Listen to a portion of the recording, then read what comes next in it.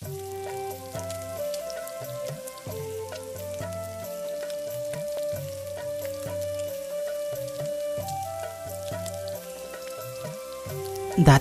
আপনার আর কিছু লাগবে? না না, আর কিছু লাগবে না, তুই যা, লাগলে আমি চেয়ে নেব। ঠিক আছে, খাওয়া শেষ হলে নিতাইদার কাছে গিয়ে বিল দিয়ে যাবেন। আমাকে দেখি কি তোর চাঁদাবাজ বা ডাকাত মনে হয় রে? হ্যাঁ, যে বিল দেব না? না গো দাদা, আমি সেটা বলছি না। যা দূর হ যোগের সামনে থেকে, বেয়াদব ছেলে কোথাকার।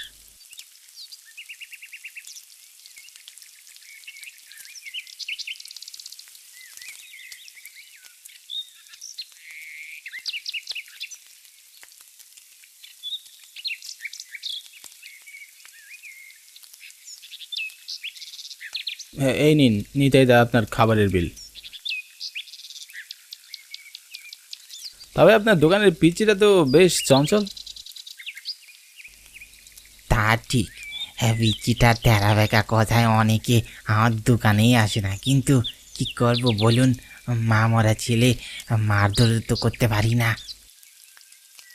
আর যে যাই করুক, আপনার হাতের রান্না অন্য কোনো দোকানে পাওয়া যাবে না। কি কি যে বলেন বাবু? তা থাকো আজ, আমি আবার কাল আসবো। ঠিক আছে বাবু।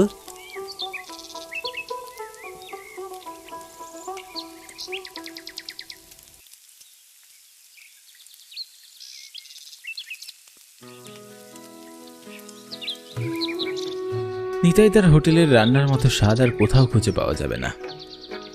গ্রামের পর গ্রাম, শহরের পর শহর, বিভিন্ন জায়গায় ঘুরে খেয়ে দেখেছি, কিন্তু এই হাতের রান্না, এটা স্বাদই আলাদা। এজন্য তার ব্যবসা অবশ্য বেশ ভালোই চলে। গোটা 4-5টা গ্রাম ঘুরেও কোনো হোটেল পাওয়া যাবে না, সকলেই তার হাতের রান্না খেয়েই তৃপ্তি পায়।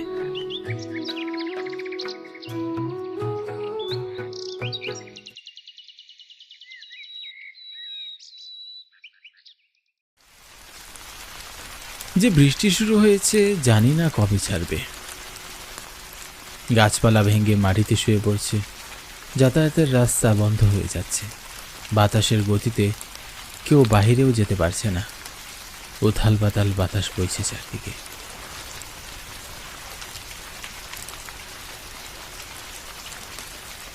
এই ঝড় বৃষ্টির রাতে এত মনীষীর সমাগম, যাই গিয়ে দেখি তো।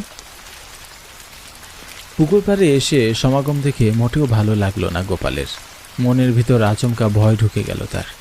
সে আন্দাজ করছিল কিছু একটা হয়েছে, নয়তো এ সময় এত মানুষ কেন ভিড় করবে এখানে। দেখি দেখি কি হয়েছে, একটু দেখি। গোপাল এই দৃশ্যটি দেখার জন্য মোটেও প্রস্তুত ছিল না। সে কল্পনাও করেনি এমন একটি দৃশ্য তার দেখতে হবে।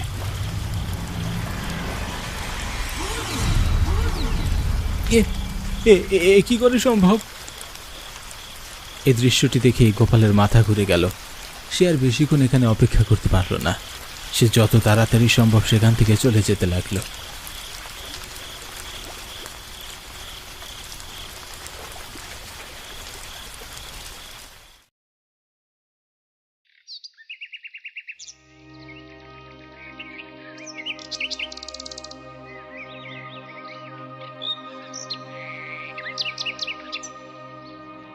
সেদিনের সেই ঘটনার পর আর নিতাইয়ের দোকান খোলা দেখা যায়নি।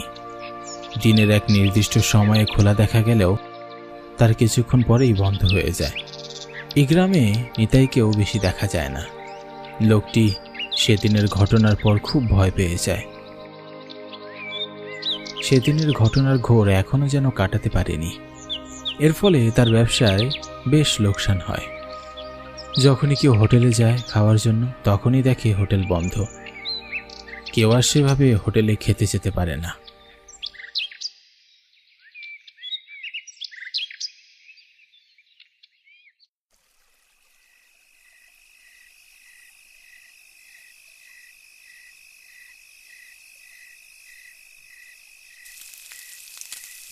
আজ কিছুদিন বিরতির পর নিতাইদার দোকান খোলা হয়েছে।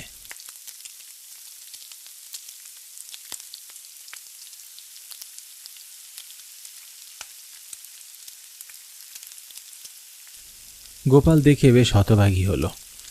সে মাসখানেক হবে নিতাইদার হোটেলে খেতে পারেনি। আজকে সুযোগ, সে কি আর মিস করবে? আজ সে খেয়েই যাবে বাজারে।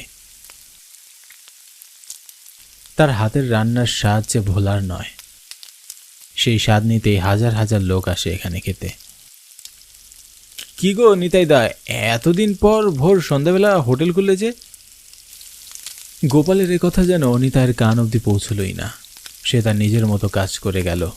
গোপাল আর বেশি কিছু না বলে বসে পড়ল হোটেলে রাখা চেয়ারে। কিছুক্ষণের মধ্যেই তার খাবার চলে আসলো।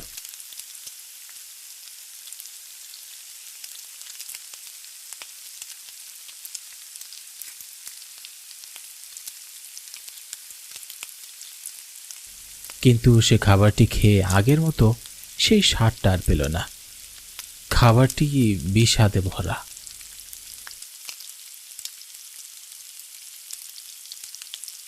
খাবারে যে কোনো স্বাদ নেই। আজ যেন সব টাকাগুলোই জলে যাবে। যাকে কি আর করার।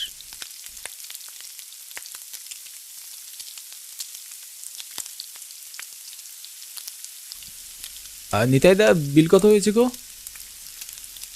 গোপাল যেতেই দেখে নিতাইদা কেমন অন্যমনস্ক। তারপরেও সে জিজ্ঞাসা করলো বিল কত হয়েছে। কিন্তু তারপরেও নিতাইদার ভাবমূর্তি বদলালো না। সে অন্যমনস্ক হয়ে একদিকে তাকিয়ে থাকে। নিতাইদা, ও নিতাইদা। কে? আমি গোপাল, গোপাল বলছি। হ্যাঁ বলো। তোমাকে আজ ভীষণ অন্যমনস্ক লাগছে যে, কিছু হয়েছে? না না, কি হবে ভাই? আচ্ছা, তা বিল কত হয়েছে? ওই 210 টাকা। এই নাও। আসি গো তাহলে, সাবধানে থেকো।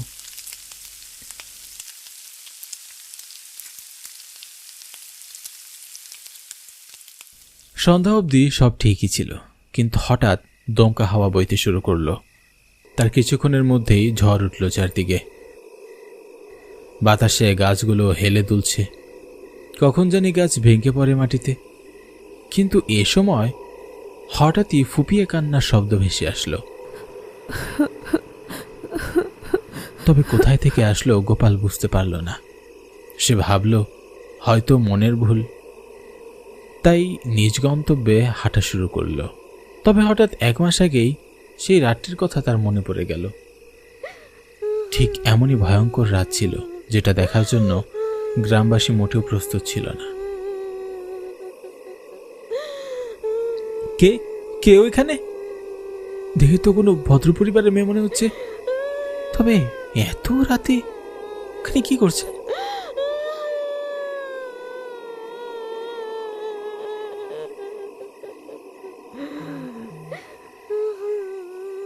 কি গো মেয়ে, কাঁদছো কেন? আগে তো কখনোই গ্রামে তোমাকে দেখিনি। আমি আমার স্বামীর সাথে এসেছিলাম এই গ্রামে জরুরি একটি কাজে, কিন্তু ঝড় বাদলের তাড়নায় আমাদের গাড়িটি অ্যাক্সিডেন্ট করে। আমি ছিটকে পড়ে যাই এই কোনায়, কিন্তু জ্ঞান ফেরার পর আমার স্বামী আর মোটরসাইকেল কাউকেই দেখতে পাই না। জানি না আমার স্বামী এখন কোথায় আছে, কি করছে। আপনি কোনো চিন্তা করবেন না। আপনার স্বামীকে হয়তো ওই গ্রামের স্থানীয়রা মিলে হাসপাতালে নিয়ে গেছে। অনেকে খেয়াল করেনি। কাল সকালের আগে তো আপনার স্বামীকে খোঁজার উপায় নেই, তাই এই রাতটুকু অপেক্ষা করতে হবে। তবে দাদা, আমি খুব ক্ষুধার্ত, যদি দয়া করে কিছু খাবারের ব্যবস্থা করে দিতেন। তবে আসুন আমার সাথে, এই গ্রামে একটি হোটেল খোলা আছে।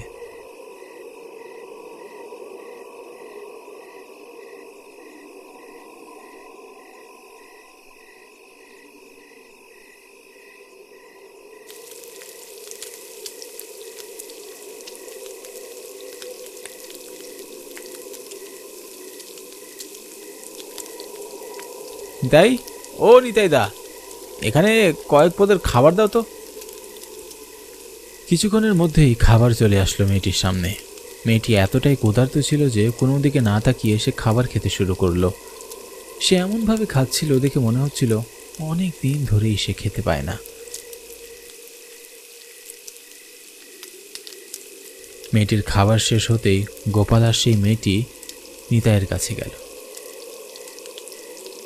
খাবারের বিল কত হলো গো নিতাইদা? 400 টাকা। এ কথা বলতেই নিতাইয়ের চোখ পড়ল মেয়েটির দিকে। চোখ পড়তেই তার ভুরু কুঁচকে গেল। কেন জানি না, তার মনে হলো হয়তো সে এমন কাউকে কোথাও দেখেছে। খুব পরিচিত মনে হলো তার। কে কে কে তুমি? তোমাকে তো আগে কখনো দেখেছি। তা তো দেখবি, জানিস না আমি কে? মনে পড়ে সেই দিনের কথা? ঠিক 1 মাস আগে কি করেছিলিস আমার সাথে? এ কথা বলতেই নিতাইদা হকচকিয়ে গেল। তার শরীর থেকে ঘাম ঝরতে শুরু করলো। সে উত্তর কি দেবে সে বুঝতে পারছিল না। মনে পড়বে মানে? কি করেছিল? ছেড়ে দাও, ছেড়ে দাও, দয়া করে ছেড়ে দাও আমাকে। এত সহজে তোকে আমি ছেড়ে দিব?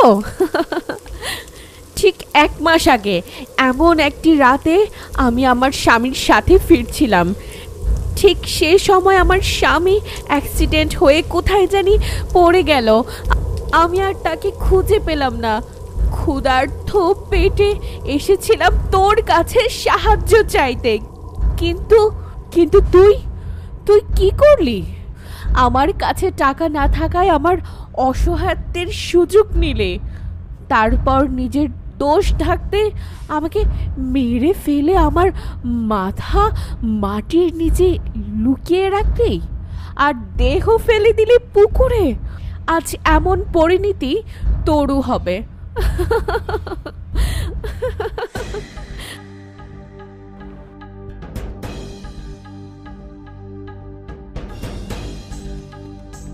দয়া করে আমাকে কিছু করো না। এ কথা আমি পুরো গ্রামবাসীকে বলে তোমার বিচার পাইয়ে দেব। এ কথা বলেই মেয়েটি হাসতে হাসতে উধাও হয়ে গেল।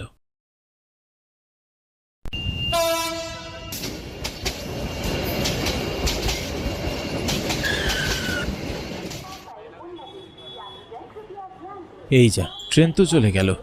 এখন কি করি? আগামীকাল কালী পূজা। যে করেই হোক আজ রাতের মধ্যে আমাকে বাড়ি পৌঁছাতেই হবে, তা না হলে মা বাবা আর দাদু ভীষণ কষ্ট পাবেন যে।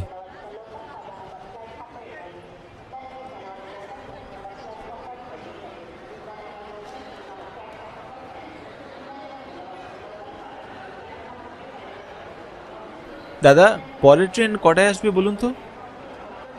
আপনি যাবেন কোথায়? কৃষ্ণনগর যাব দাদা। রাত 8টায় কৃষ্ণনগর যাওয়ার একটা ট্রেন আছে। 8টায়? এখন তো মাত্র 7টা বাজে। আরও 1 ঘন্টা অপেক্ষা করতে হবে।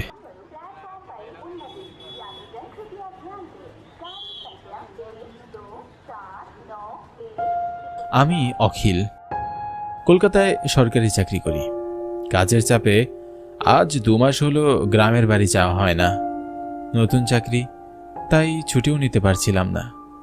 কিন্তু কালী পূজাতে বাড়ি না গেলেই যে নয়। আমি না গেলে দাদু বাড়িতে কুরুক্ষেত্র বাঁধিয়ে ছাড়বেন, তাই তো অফিসের কাজ শেষ করে রওনা দিয়েছি। কিন্তু স্টেশনে পৌঁছাতে একটু দেরি হয়ে গিয়েছে।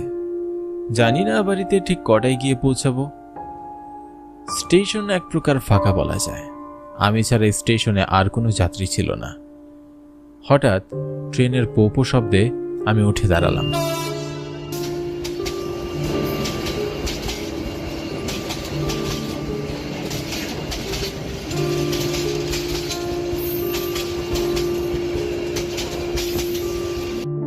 স্টেশনে ট্রেন এসে থামতেই আমি ট্রেনে উঠলাম।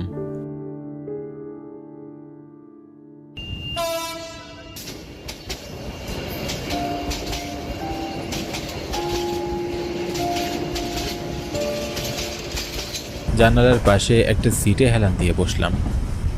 সারাদিন শরীরের উপর দিয়ে অনেক ধকল গিয়েছে, তাই ক্লান্ত শরীরে আমি কখন যে ঘুমিয়ে পড়েছি বুঝতেই পারলাম না। খুব ভয়ঙ্কর একটা স্বপ্ন দেখে ভয়ে আমি চমকে উঠলাম।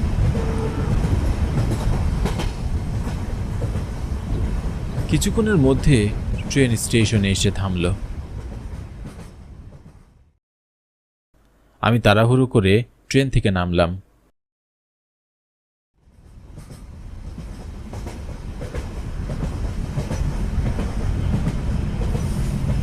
আমি ছাড়া স্টেশনে আর কেউ নামলো না। পুরো স্টেশন একেবারে ফাঁকা ছিল। আমি আশেপাশে তাকিয়ে কাউকেই দেখতে পেলাম না, এমনকি রেলওয়েতে কর্মরত কেউ ছিল না। ঘড়ির দিকে তাকিয়ে দেখলাম রাত 10টা বাজে। ভয়ে আমার বুকের ভেতর মোচড় দিয়ে উঠল। আশেপাশে কোনো রিক্সাও ছিল না, তাই পায়ে হেঁটে বাড়ি যাওয়া ছাড়া আর কোনো উপায়ও আমি দেখছি না। কিন্তু পায়ে হেঁটে যাওয়ার কথা ভাবতেই ভয়ে আমার গায়ের পশমগুলো কাটা দিয়ে উঠল। স্টেশন থেকে আমাদের বাড়ি যেতে হলে খেজুরকাঠির শ্মশান পার হয়ে যেতে হয়। সাধারণত রাতের বেলা গ্রামের মানুষজন এই পথ দিয়ে খুব একটা আসা যাওয়া করে না, তাই এই নির্জন রাস্তা দিয়ে যাওয়ার কথা ভেবে আমার খুব ভয় করছিল। আবার এই অন্ধকার রাতে স্টেশনে একা থাকারও আমার সাহস ছিল না।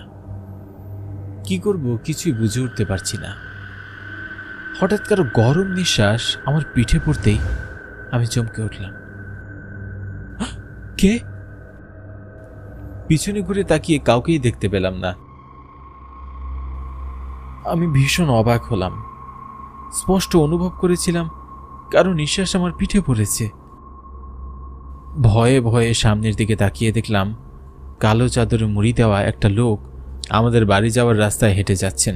আমার মনটা খুশিতে ভরে উঠল। আমার মনে থাকা সমস্ত ভয় সংকোচ মুহূর্তের মধ্যে কেটে যায়। শুনছেন? আরে মশাই, আপনাকেই বলছি, একটু দাঁড়ান, আমিও আপনার সাথে যাব। লোকটা আমার চিৎকার শুনেও দাঁড়ালেন না, এমনকি পিছনে একবার ঘুরেও তাকালেন না। আমি লোকটার এমন আচরণে খুব অবাক হলাম।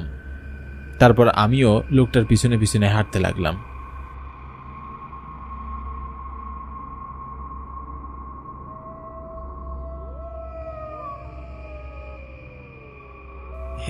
এই যে শুনছেন, একটু থামুন না, আমি আপনার সাথে যাব, শুনছেন? আমি এত ডাকাডাকি করছি কিন্তু লোকটা কিছুতেই থামছেন না। সে খুব তাড়াতাড়ি হাঁটছিল, আমি তার সাথে হেঁটে পেরে উঠছিলাম না। এবার আমার তার আচরণের সন্দেহ হলো। আমাদের গ্রামের কেউ এমন আচরণ করবার কথা নয়। লোকটা আবার চোর নয় তো? এমন কড়া গরমে ভারী চাদর মুড়ি দিয়ে আছে। যে করেই হোক তাকে আমার ধরতে হবে। আমি খুব তাড়াতাড়ি হাঁটা শুরু করলাম। হঠাৎ আমি হোঁচট খেয়ে পড়ে যাই।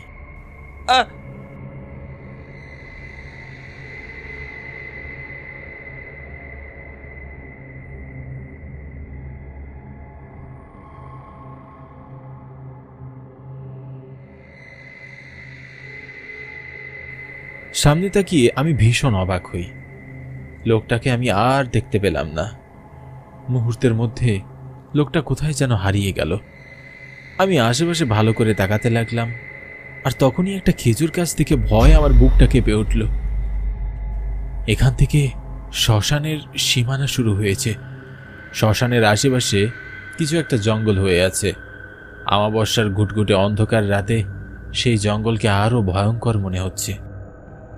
সাধারণত আমাদের গ্রামের লোকজন এই পথ দিয়ে দিনের বেলায়ও খুব একটা যাওয়া আসা করে না, আর রাতের বেলা তো যাওয়া আসা করার প্রশ্নই আসে না।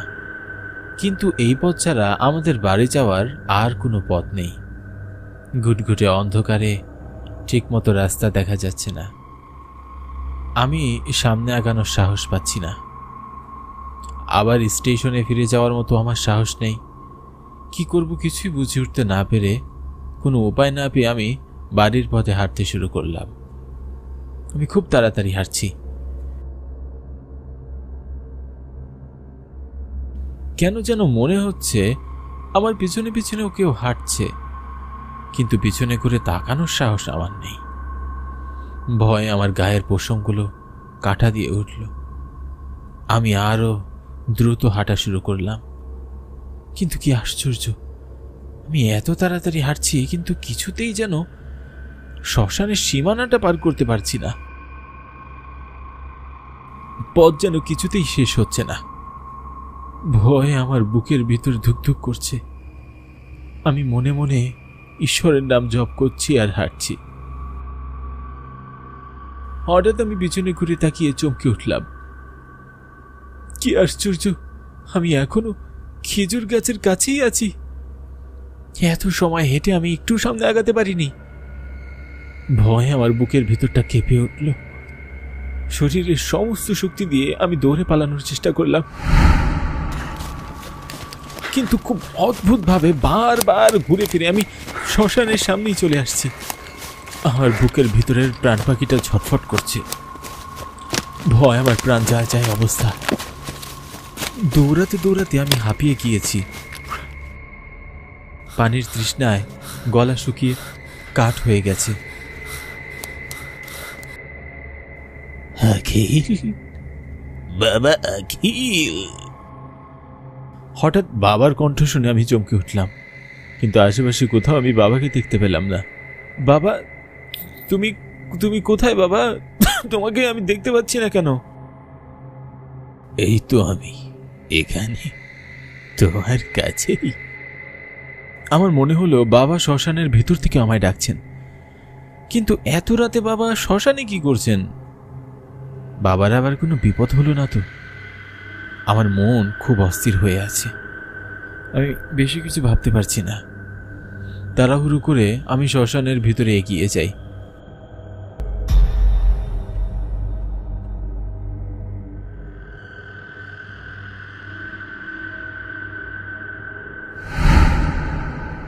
কিন্তু কি আশ্চর্য, আমি ছাড়া শ্মশানের ভিতরে কেউই নেই। এখানে তো আমি কাউকে দেখতে পাচ্ছি না, কিন্তু আমি যে স্পষ্ট শুনেছিলাম বাবা আমায় ডাকছেন।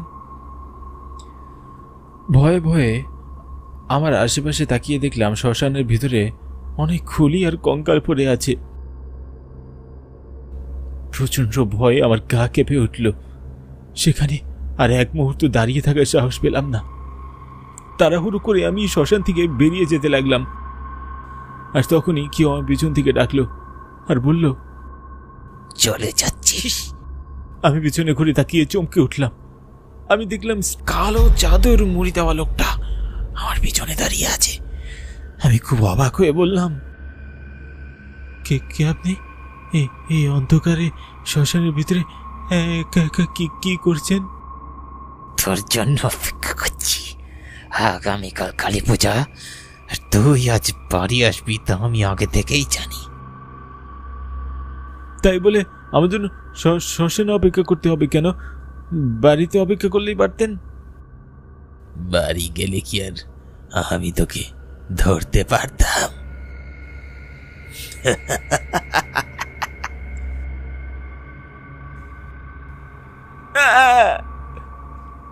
প্রচন্ড ভয়ে আমি নিজের অজান্তেই চিৎকার করে উঠি।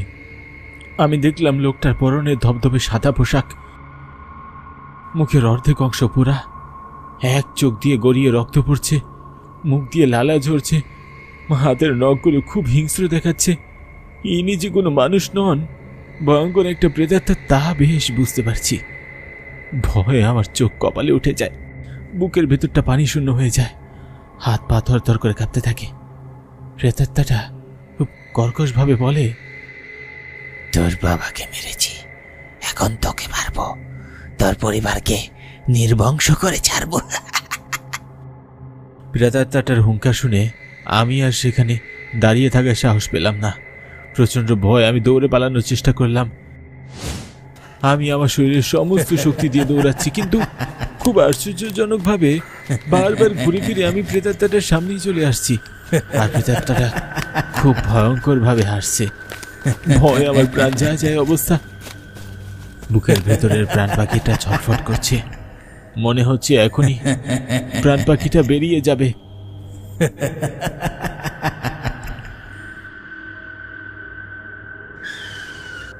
আমি আর এক পাও সামনে এগোতে পারছি না। প্রেতাত্মাটা বিশ্রীভাবে হেসে বলল, কোথায় পালাবি? তোর পালানোর কোনো পথ নেই। আজ এই শ্মশানে আমি তোর প্রাণ নেব। কেন এমন করছো? কেন তুমি আমার প্রাণ কেড়ে নিতে চাইছো? গ্রামের সবাইকে তুমি অতিষ্ঠ করে তুলেছ। তোমার যন্ত্রণায় রাতের বেলা কেউ ঘরের বাইরে বের হওয়ার সাহস পায় না। কেন আমাদের উপর তুমি এমন অত্যাচার করছো? আমরা তোমার কি ক্ষতি করেছি? তুই আমার কোনো ক্ষতি করিসনি, কিন্তু তোর বাবা আমার অনেক ক্ষতি করেছে। তোর বাবা আমার প্রাণ কেড়ে নিয়েছে। এসব কি বলছো তুমি? আমার বাবা এমন কাজ কখনোই করতে পারে না। তোর বাবা এই গ্রামের জমিদার, ওনার যা প্রয়োজন তা তিনি ক্ষমতা প্রয়োগ করে আদায় করে নেন। উনি অন্যায়ভাবে আমার জমির ফসল দখল করে নিতে চেয়েছিল, কিন্তু আমি আমার জমি দিতে রাজি হয়নি। আমি প্রতিবাদ করেছি, তাই একদিন রাতের আধারে তিনি আমার বাড়িতে আবার আগুন জ্বালিয়ে দেন। সেই আগুনে আমি জ্বলে পড়ে ছাই হয়ে যাই। আজ আমি তোর বাবাকে হত্যা করেছি, এখন তোকে হত্যা করে তোর বংশ নির্বংশ করব। না, আমার মেরো না, আমি তোমার কোনো ক্ষতি করিনি। আমার বাবার ভুলে এসেছি, তুমি আমাকে কেন দিতে চাইছো? ছেড়ে দাও আমায়। প্রেতাত্মাটা তার হাত দুটো লম্বা করে আমার দিকে বাড়িয়ে দিল, খুব শক্ত করে আমার গলা চেপে ধরল। বাঁচার জন্য আমি আকুতি মিনতি করছিলাম, কিন্তু কিছুতেই প্রেতাত্মাটার হাত থেকে ছুটতে পারছি না। আমার দম বন্ধ হয়ে আসছে। তারপর আমার আর কিছুই মনে নেই।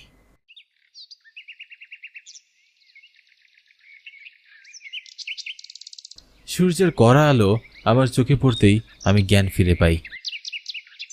আমি এখনো বেঁচে আছি, তা যেন আমার বিশ্বাসই হচ্ছে না। এক পা দুপা করে এগিয়ে আমি বাড়ির দিকে হেঁটে যাই। জানি না বাড়িতে এখন কি অবস্থা।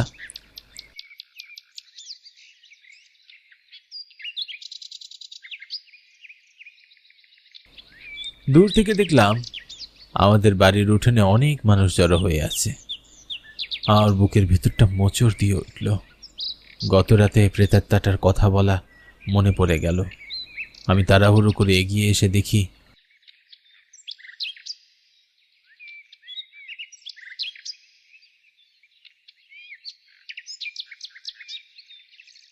উঠানে আমার বাবার নিথর দেহ পড়ে আছে। দাদু আর মা কান্নায় ভেঙে পড়েছেন। চোখের পানি আমি আর ধরে রাখতে পারছি না। বাবার শেষ কাজ সম্পূর্ণ করে